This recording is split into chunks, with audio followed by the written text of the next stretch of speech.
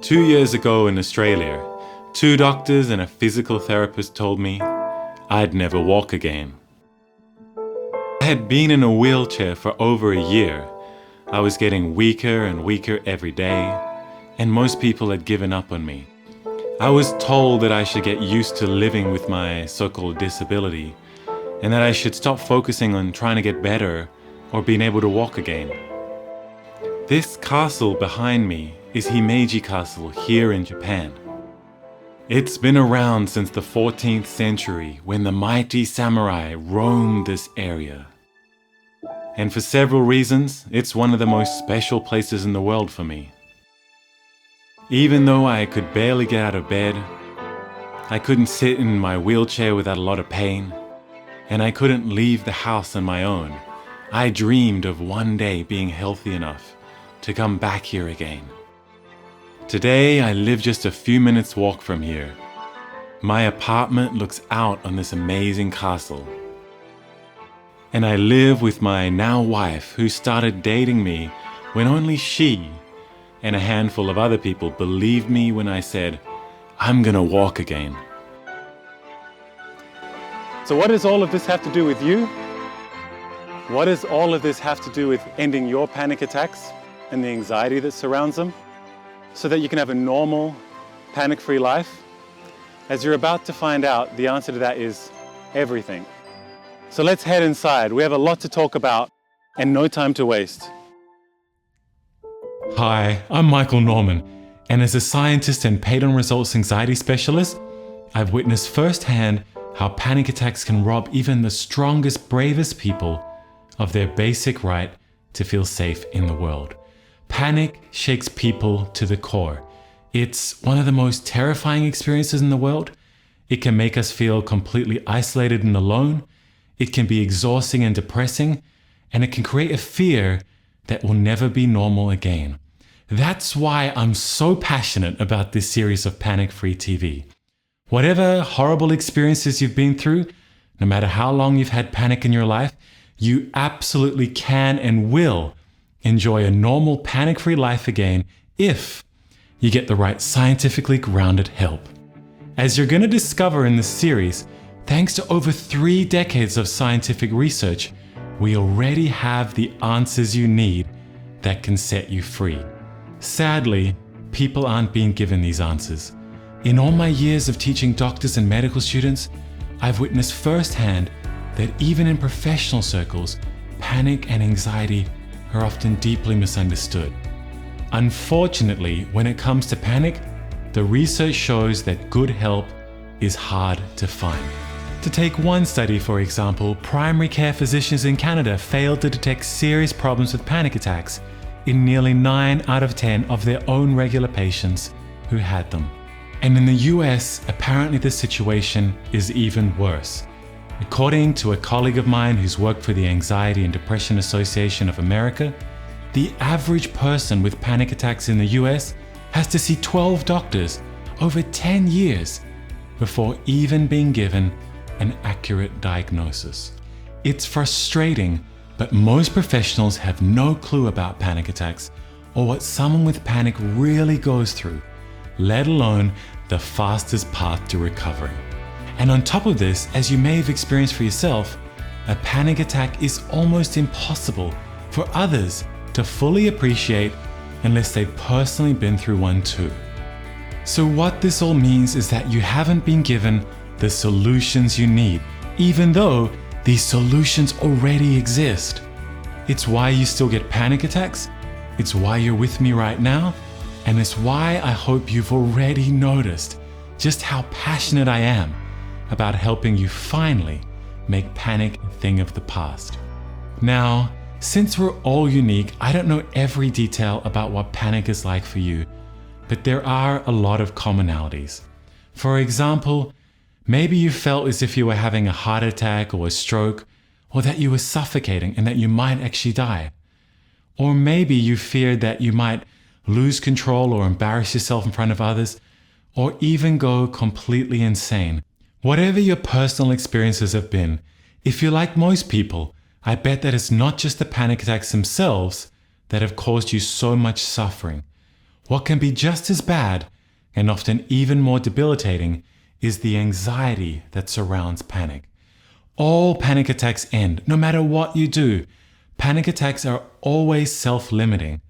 The problem is that even when you've got the relief that comes when a panic attack is over, it's easy to be consumed with anxiety about when the next panic attack could strike. And that's why so many people wake up full of fear about the day ahead. It's also why so many people try to manipulate their life so that they can avoid anything that could potentially trigger another panic attack. The problem is, avoidance is a terrible long-term solution.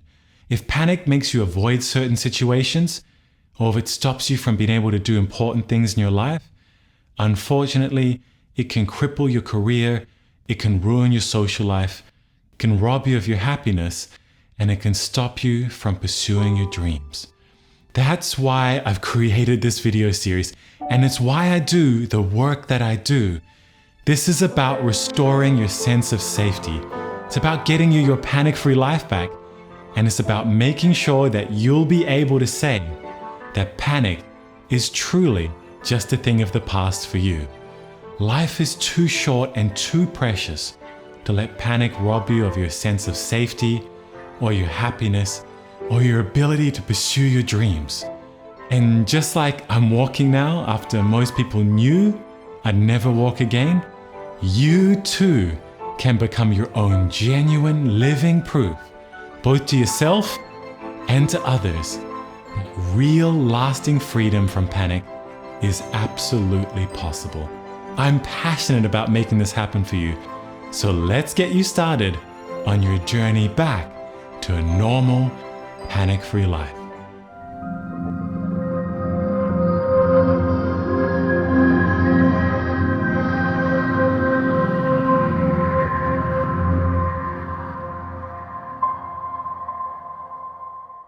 So welcome to this first episode of Panic Free TV. In today's episode, I'm going to reveal to you 3 crucial, little-known facts about panic that everyone who's had a panic attack needs to know about, but probably no one has ever shared with you before. Knowing these 3 facts is an essential first step on your road to recovery. Not knowing these facts is a big reason why a lot of people with panic feel alone, embarrassed, or even ashamed, and there's no need to. But before we start, I want to ask you a question. What percentage of people do you think have had at least one panic attack in their lifetime? Take a moment and get curious about this. What's your guess? Would you guess as high as 28%? That's a lot of people, right? And yet this is what the best data shows. According to a review of the latest United States NCSR survey, for every 3 or 4 people that you meet or watch on TV or see on Facebook, one of them on average will experience at least one panic attack in their lifetime. Along with that, almost 1 in 20 people will experience what's often labeled panic disorder. Now, for several reasons, I'm definitely not a fan of labels like panic disorder, but that's a discussion for another time. What the panic disorder label refers to, though, is when somebody has frequent enough unexpected panic attacks that it significantly changes their behavior or robs them of their sense of safety.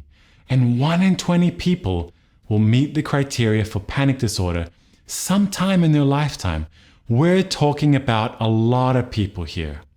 In fact, if everyone in the United States who met the criteria for panic disorder sometime in their lifetime were put into one big city, it would be bigger than New York, Los Angeles, and Chicago combined, the 3 biggest US cities. So the first thing I want you to know today is that you are not alone. Surprisingly, panic is a far more common part of the human experience than most people would ever guess. And if this seems hard for you to believe right now, that's because anxiety issues are often very private issues. A lot of people do all they can to try and hide it. And so it creates an illusion that panic is rare. I'll share my own personal story with you of when I had panic later in this episode. But I hope you're really starting to grasp that no matter how alone you may have felt at times in the past, you are definitely not alone. So since we live in a celebrity-obsessed culture, like it or not, to demonstrate what I'm saying is true more fully, here is a list of just a few of the more famous celebrities who revealed that they've been deeply affected by panic attacks. Alanis Morissette, Scarlett Johansson, Emma Stone, Adele, Johnny Depp, Kim Basinger, David Bowie, the late Princess Diana, and I could go on and on. There are some incredibly talented, brilliant people on this list, and so I hope that knowing that you belong to a much bigger picture of humanity than you might have realized before, as you let this all sink in, I hope you start to discover you feel much more connected to all of us. So why have so many of us had panic attacks? Well, it's very important to make clear that the scientific evidence is overwhelming. Panic is not an illness. It's also not a result of any mythical chemical imbalance, and it's absolutely not a sign that you're defective or broken in any way, because that would be completely untrue. The most scientifically backed explanation for why so many of us have had panic attacks is what Randolph Nesse from Arizona State University has called the smoke detector principle. And the best way to explain it is for us to do a quick, simple thought experiment. Which of these two smoke alarms would you prefer to have protecting you in your home? Would you prefer to have a smoke alarm that sometimes fails to go off and stays silent, even though there's a deadly fire in your house? Or would you prefer to have a smoke alarm that never misses a real fire, but occasionally goes off when you burn the toast, even though there is no danger and everything is actually fine? Now, of course, we'd all prefer to have a perfect smoke alarm system that never makes any mistakes. But the reality is, we live in a complex and less than perfect world. And so if you had to choose between these two, which would you choose? An undersensitive smoke alarm that could miss a real fire and kill you? Or an oversensitive smoke alarm that occasionally has unpleasant, noisy false alarms, but never misses a real fire and always keeps you safe? It's a simple answer, isn't it? When it comes to our survival, when it comes to our life, it's better to have an alarm system that errs on the side of safety, even if that means we sometimes get false alarms. So what does this have to do with panic? Well, panic attacks are nothing more than false alarms of our overprotective, life-saving fear systems. And while it probably hasn't felt that way for you in the past, the truth is that a panic attack is just a terrifying, overwhelming, overprotective mistake. It's a mistake that ironically is motivated by your brain's number one priority in life: to keep you safe.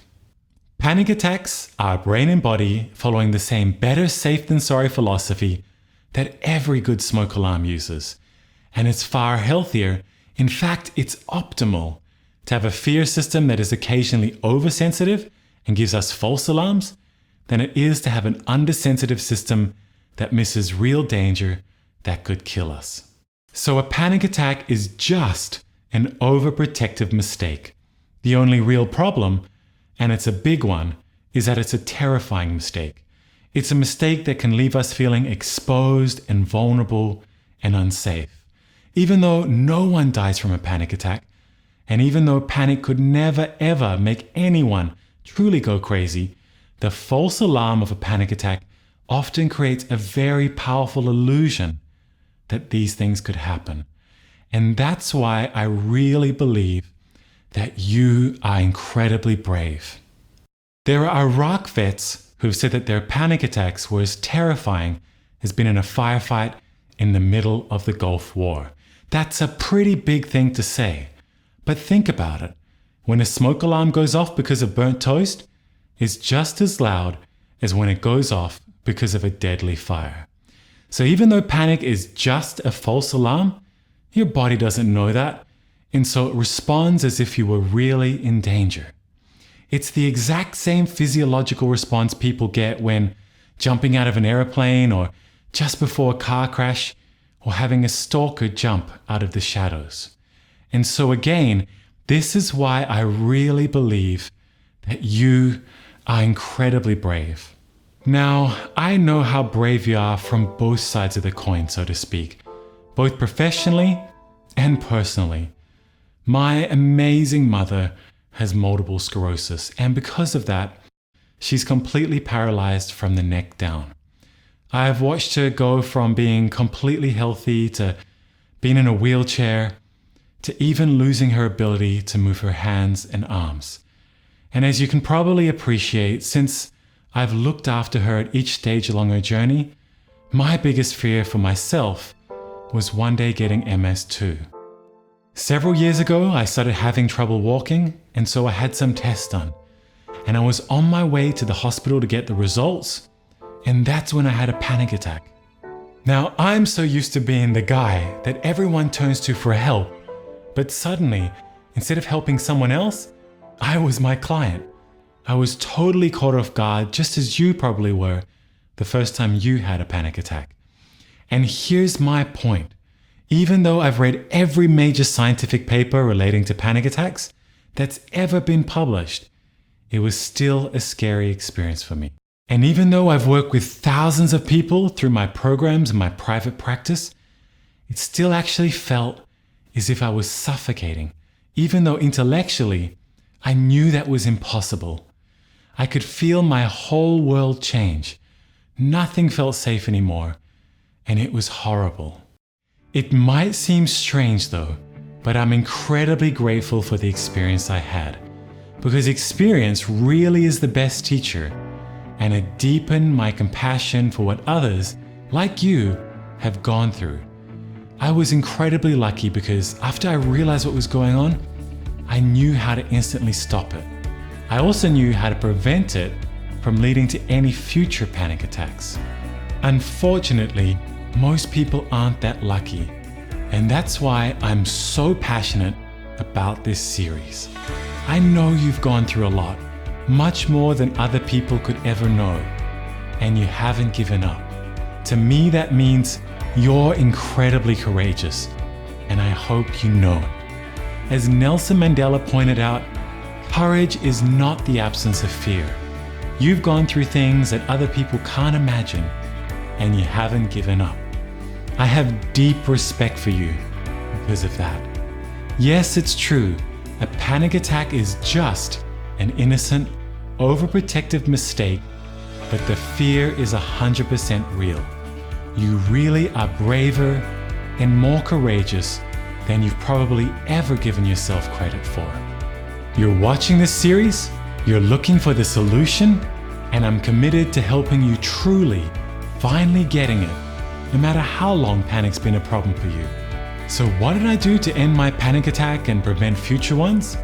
Well, to answer that fully, I first need to reveal to you the core pattern that's behind every panic attack you've ever had. Understanding this core pattern is key to your fast, permanent recovery. It'll explain why you've had multiple panic false alarms. It will take away all the mystery surrounding the symptoms panic has given you, and it will show you the fastest, most effective way to go from a life with panic back to a life that's as normal, carefree, and panic-free as anyone else you know. That's what episode 2 is all about. To wrap up this episode though, let's quickly sum up what we've already covered today. First, panic is just an overprotective mistake that our brain makes thinking that it's helping us. And while it probably hasn't felt that way for you in the past, it is just a mistake that ironically is motivated by your brain's number one priority in life, to keep you safe. Just like every good smoke alarm system is optimized to take a better safe than sorry approach, so too is your brain. And that's why so many of us have been affected by panic false alarms. Again, the research is clear. For every 3 or 4 people that you come across each day, 1 on average will have a panic false alarm at some point in their life. You are not alone. And the really good news? It's that knowing that panic is just a mistake, we can correct it. That's the focus of everything we're doing here together. And we'll continue much more deeply in episode 2. Before I go, to help you get everything you can out of today's episode, I've created a PDF fact sheet for you that goes into even more detail about what we've been talking about. You can download it and print it out and refer back to it anytime you need, because what we've been talking about is an important foundation for you finally having a normal, panic-free life again. I hope you found that you've got a lot of value from today's introductory episode, and I'd love to hear from you. Feedback puts a huge smile on my face. It's one of the big reasons I do what I do. So if you've already noticed that this episode has made a difference for you in your life, please let me know about it in the comments section below. I really believe that we're all on this journey of life together, and none of us can get where we want to go alone. So if you know anyone else who would benefit from today's episode, please let them know about it. Thanks again for watching. I'm excited to see you soon in episode 2.